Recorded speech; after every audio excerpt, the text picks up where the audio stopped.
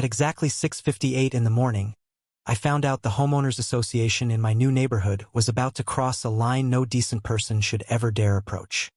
I just returned from my daily jog, sweat still clinging to my forehead, when I noticed a bright yellow envelope taped to my front door.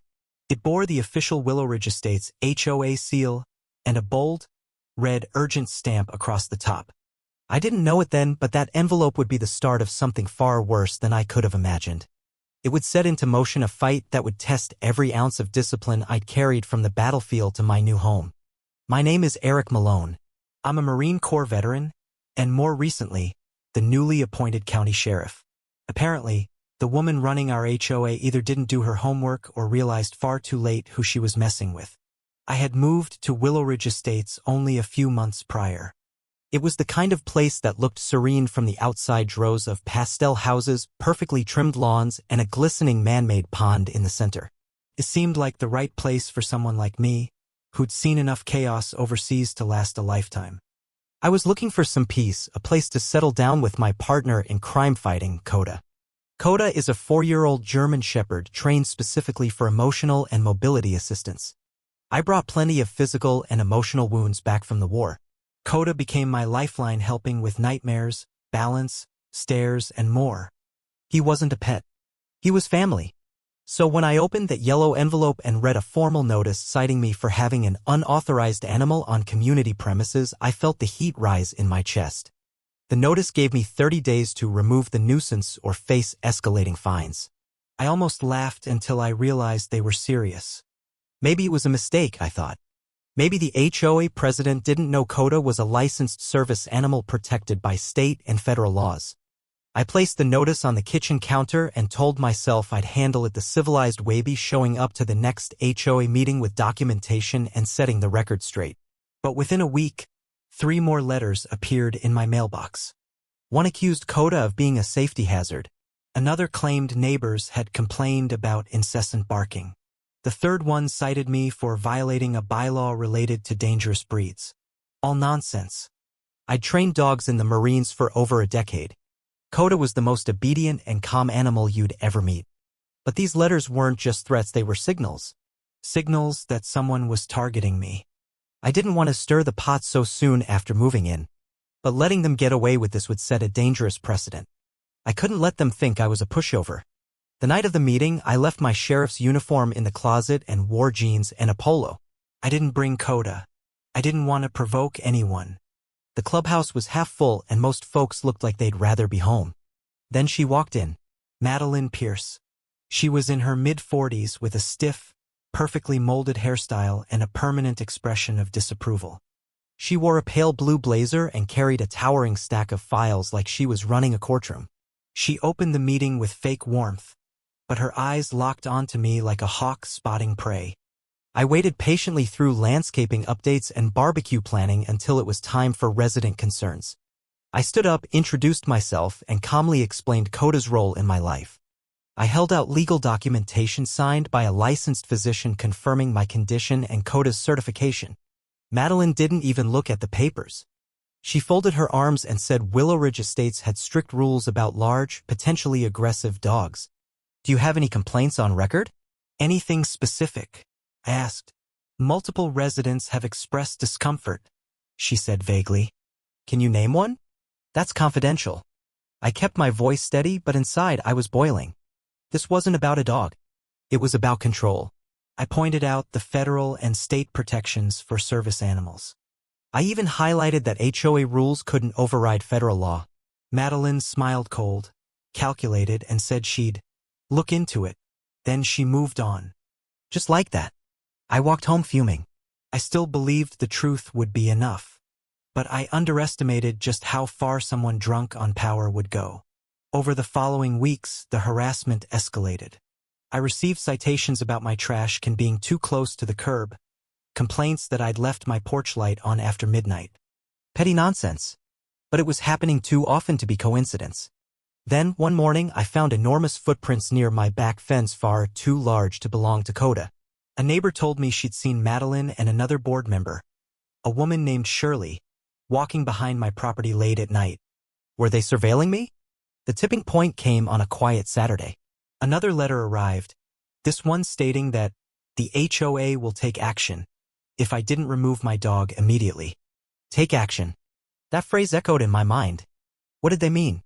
What could they possibly do? They answered that question a few nights later. I returned from my shift to find my front door ajar. The lock hadn't been busted, but it had definitely been tampered with. I rushed inside calling Koda's name. Nothing. He was gone. I found a note on the kitchen counter under a coffee mug. Your dog has been removed from the premises for the safety of the community. Further inquiries should be directed to the board. They'd taken him. My service dog. My partner. They'd stolen him like he was garbage. I called it in immediately. My deputies arrived within minutes. We filed an official report, treating it as a theft because it was. This wasn't just a civil dispute anymore. This was criminal. I left a message on the HOA's voicemail, identifying myself as the county sheriff and demanding Koda's return. No reply. Not a word. The next morning, I knocked on Madeline's door in full uniform. She greeted me with the fakest smile I've ever seen. I asked her flat out where my dog was. Dog? Oh, maybe he ran away, she said, eyes wide with mock innocence. I showed her the note. She shrugged. We have no record of this letter. I kept my cool barely. I told her that if Koda wasn't returned immediately, I'd launch a full-scale criminal investigation. She smirked and told me maybe next time I'd think twice about bringing dangerous animals into a peaceful community. That was it. No more being polite. I pulled every string I could. Deputies scanned shelters, traffic cams, veterinary offices. One caught a glimpse of a white van leaving my cul-de-sac around the time of the break-in.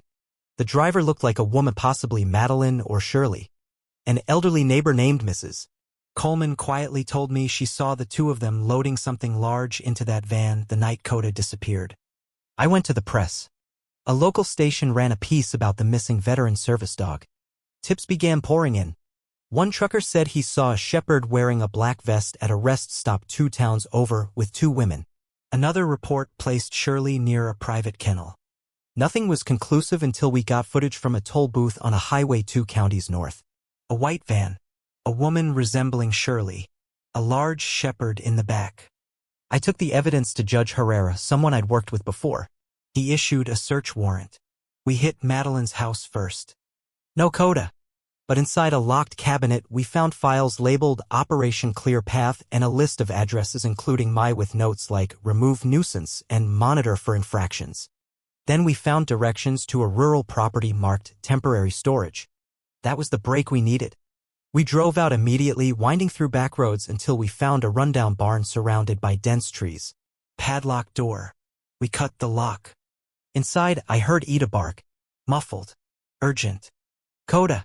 He was in a crate, vest gone, dehydrated but alive. I dropped to my knees as he jumped into my arms, tail thumping, whining with relief. We found records in a nearby office, lists of other dogs, dates, notes. Some in Shirley's handwriting. Some clearly written by Madeline. It was enough. Shirley cracked first. She confessed everything: how Madeline wanted me gone. How she viewed me and Koda as a threat to property values. The plan had been to hold Koda until I either moved out or got the message. Madeline was arrested that same afternoon. She screamed about conspiracies and abuse of power, but the judge didn't buy it. With the mountain of evidence and her own accomplice flipping on her, there was nowhere left to run. She was charged with burglary, theft, conspiracy, and violations under the ADA. A neighbor had secretly recorded her entering my house with a key stolen from a realtor. She was convicted. Sentenced to several years in prison with no chance of early release. The community was stunned. Half the board resigned in shame. Residents who'd been too afraid to speak up now came forward with their own stories of harassment and extortion. I stayed. I helped the new board rewrite the rules, making it crystal clear that service animals were protected. I gave talks at town halls, reminding everyone that an HOA is not above the law. Today, Willow Ridge feels like a real neighborhood again. People wave when Koda and I walk by. Some bring treats. Kids pet him and ask questions. We even started a spring fundraiser at the Ponda Dog Walk to raise money for veterans needing service animals. Every year, Koda and I lead the first lap. People clap. Some cry. But they all remember. They remember what was almost lost and how one determined veteran with a badge and a dog fought to protect what mattered most.